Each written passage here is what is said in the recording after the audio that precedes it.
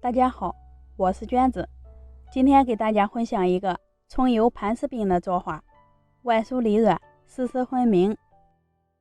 在盆里倒入400克面粉，加适量的盐，搅拌均匀，倒入120毫升的开水烫面，剩下的面粉用130毫升的凉水和面。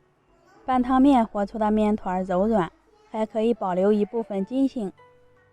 搅成面絮状，下手揉成面团，揉成一个光滑细腻的面团，不用醒面，移到面板上搓成长条，切成均匀的面剂子。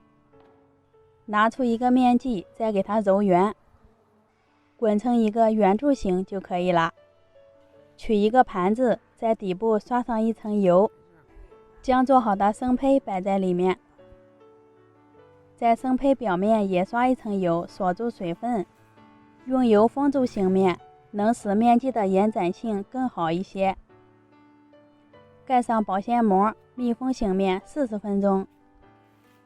另取一个小碗，加入2勺面粉，适量盐，一把葱花，倒上烧好的热油，激发出葱花的香味儿，然后搅拌均匀，调成稀一些的油酥。拿出一个面剂，用掌心按扁，擀成一个长方形的面皮，呈半透明状就可以了。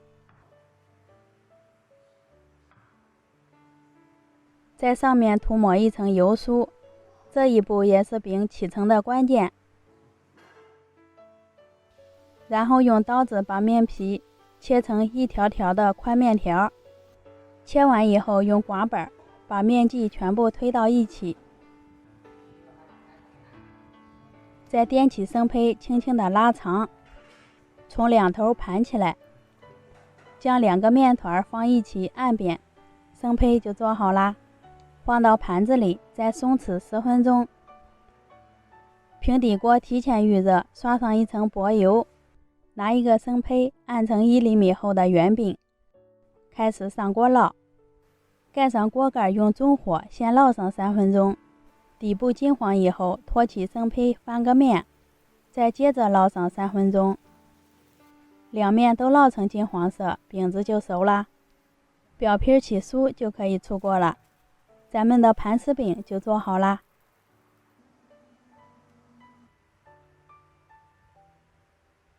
趁热用手捏一捏，层次都出来了，丝丝分明，想不想吃？里面的饼丝吃着柔软筋道，凉了也不容易硬。外皮焦香酥脆，葱香味浓，可好吃了。喜欢的朋友可以试一下。我们下期见。